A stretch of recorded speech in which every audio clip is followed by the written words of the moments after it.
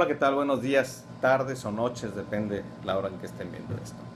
El día de hoy les voy a hablar sobre el entorno mundial desde la perspectiva ambiental que tiene que ver con el movimiento estudiantil de 1968 en México.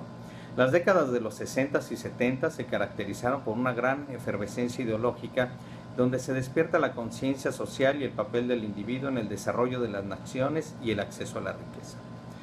Eso es una especie de respuesta al modelo burgués de explotación acelerada para maximizar las ganancias del capitalismo sin importar las consecuencias sociales y ambientales de esto. Existe en aquellos años un poder oligárquico y represivo de los gobiernos al servicio de las grandes empresas y a su vez grandes eventos de contaminación de todos tipos asociados a este modelo económico que despertaban la conciencia de las poblaciones sobre el impacto que tiene la raza humana sobre su entorno y cómo esto amenaza a su vez la disponibilidad de los recursos naturales de los cuales dependemos.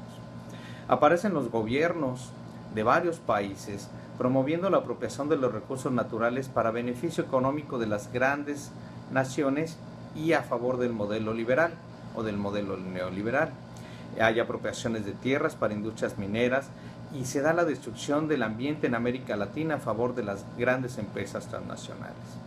Existen grandes problemas de equidad en aquel entonces, grandes problemas de democracia, de acceso a las riquezas, que están acompañados en todo momento de la consecuente represión por parte de los gobiernos de los países donde se desarrollaron diferentes manifestaciones.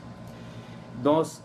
grandes hegemonías asociadas a la Guerra Fría, el capitalismo y el socialismo, en donde ambos modelos no respondían a las carencias globalizadas de equidad y acceso a la riqueza por parte del grueso de la población.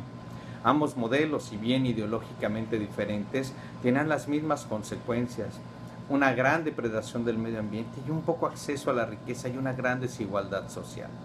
A nivel mundial se modifica el paradigma de una naturaleza interminable por un modelo en donde existe un límite en la disponibilidad de los recursos naturales. Domina en aquel entonces una visión capitalista, aún desde su perspectiva socialista, que manifestaba una gran disparidad entre la clase empresarial gobernante y la base trabajadora. Justamente en 1968 se crea el Club de Roma, que es una asociación con una fuerte influencia basada en el neomalthusianismo, donde se alertaba que la disponibilidad de recursos naturales era limitada y que esta disponibilidad crecía en forma lineal, mientras que la población que hacía uso de esos recursos crecía de forma exponencial.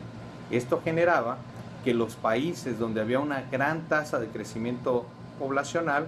fueran los que más demandaban recursos y por lo tanto se les veía como los primeros culpables de la degradación ambiental. Los países subdesarrollados aparecen por lo tanto como responsables de este incremento poblacional y de los problemas ambientales asociados, sin que se cuestionara en ningún momento, más que el crecimiento de la población, los patrones de consumo como causantes de estos problemas ambientales. Posteriormente, 4 años después del 68, se publica el informe sobre los límites del desarrollo por Donella Meadow, donde se desata el inicio de un movimiento que sería conocido como ecología política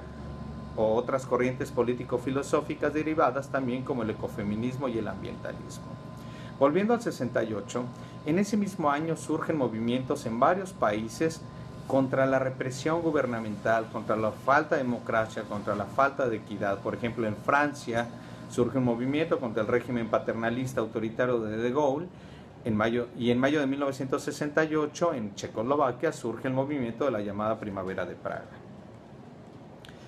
Este tipo de movimientos, donde gran parte de los participantes eran estudiantes y obreros, conlleva una toma de conciencia de los jóvenes del papel que siguen las universidades como transformadoras en beneficio social. Pero la insurgencia que se despertó en varios países no fue solamente desde el punto de vista de los estudiantes, sino que fue un movimiento de masas de la era posguerra en respuesta a un capitalismo que se había mostrado a todas vistas avasallador de los recursos naturales, pero también avasallador de la calidad de vida y de la riqueza que se distribuía hacia las clases obreras. Resalta aquí el espíritu del movimiento estudiantil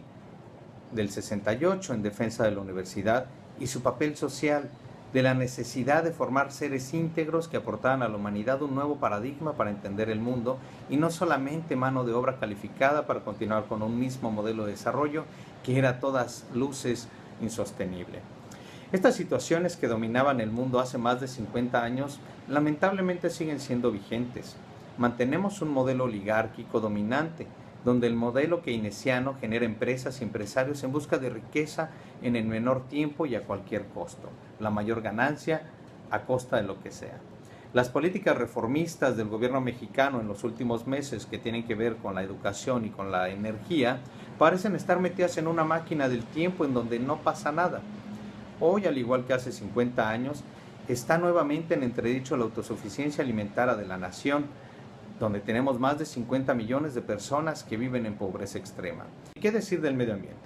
Ejemplos sobran para entender que el modelo de desarrollo no ha sido adecuado y también para entender que lo único que ha detenido un colapso más acelerado en materia social y económica es esa diversidad cultural, pero sobre todo biológica, que han hecho de México un país que aguanta de todo, que aguanta hasta su clase política, sean morenos, azules, rojos, verdes o amarillos.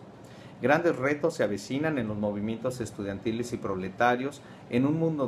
donde después de 50 años, pues en realidad no pasa nada. La población crece, los recursos disminuyen y donde todos mantenemos una fe ciega en una tecnología importada generalmente que nuevamente vendrá en nuestro auxilio en caso de que nos veamos en problemas.